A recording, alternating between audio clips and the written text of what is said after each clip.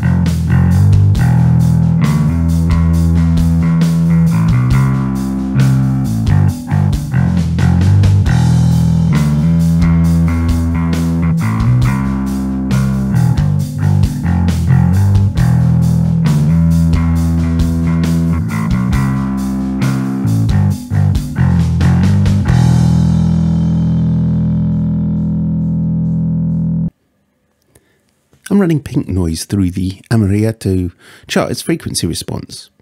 I'll be looking at the gain range, but the first thing I'm going to do is just boost up that clean control so you can see how it effectively works as a clean boost.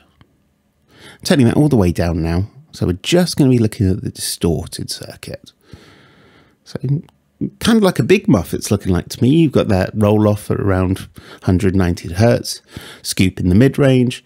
In this instance, the low mids are boosted a lot more than you get on a typical big muff. We're just seeing how the gain control affects that.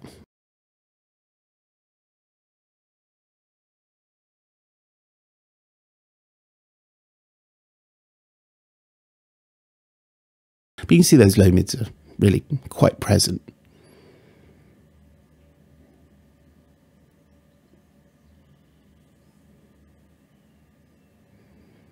Yeah, boosting that gain really jacks up those low mids, sort of low end area. Big, thick fuzz coming on there. And of course, this is with the tone control at 12 o'clock.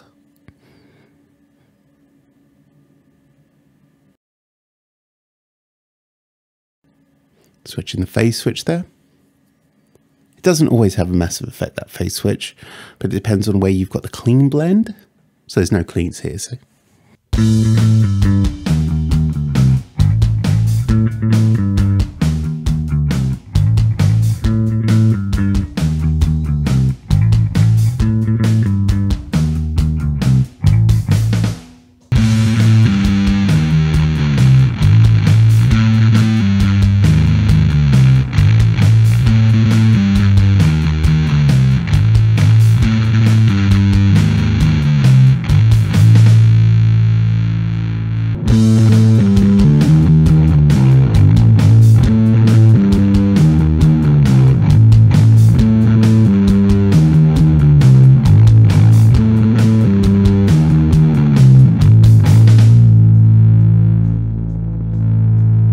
We'll now move on to the tone control.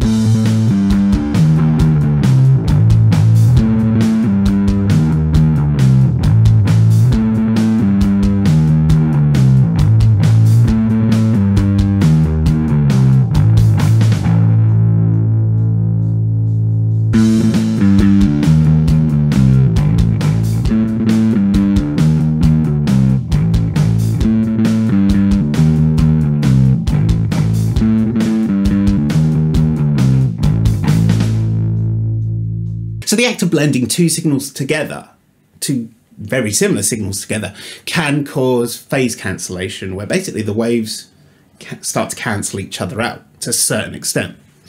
So what you've got here is you've got a phase switch. So if you set up clean to here and dirt to here, you can hear how it sounds there, but you might find you prefer the setting if you switch the phase, and it might make, say for instance, your clean volume sound more full.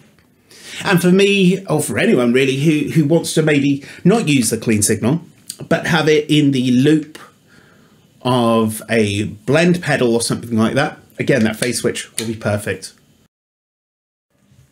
Moving back to the pink noise, we're now going to look at that tone control. So rolling it all the way back, you can see there's a slight sort of seesawing going on as you bring up the mids. The mid-range scoop becomes apparent, but also it kind of teeters between bringing back the mids, boosting the lows, or the low mids in this case, and reducing the highs, or vice versa. Now, here we go, now bringing in the clean signal as well. See how that really fills out a lot of the gaps there.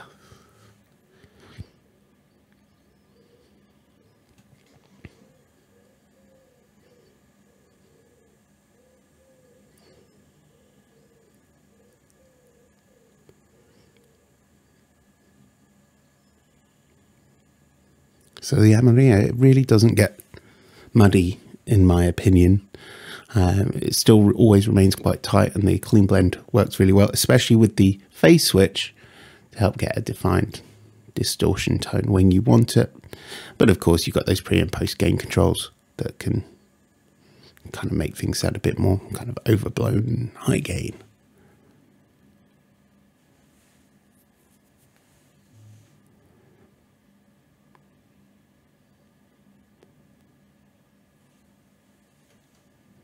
So I've been calling this the Lefa Amarilla. I'm not a Spanish speaker, so I don't know if I'm pronounced that correct. I just felt a bit odd calling it Amarilla. But I think it's a great distortion. It has no trouble keeping the low end in place. It's got a thick, chunky kind of fuzz sound. And the tone control I find to be pretty useful, especially when you're factoring in the blend, the gain controls. I find it all to be really useful. One thing I would say is this, I believe, is the prototype. This was sent to me by Jean-Marc from the Wetterbase, who'd got it from Lefa pedals. Now this is the prototype, and I've noticed with this one, something I didn't notice in his video or in Lefa's own videos. I've noticed this seems pretty noisy when you're not playing. There's a lot of background noise there. I tried multiple different power supplies and it was all the same. Now, as I said, didn't notice it in anyone else's video, just mine. So I think it could be a me issue or an issue with the wiring in the house, but I just wanted to mention it anyway.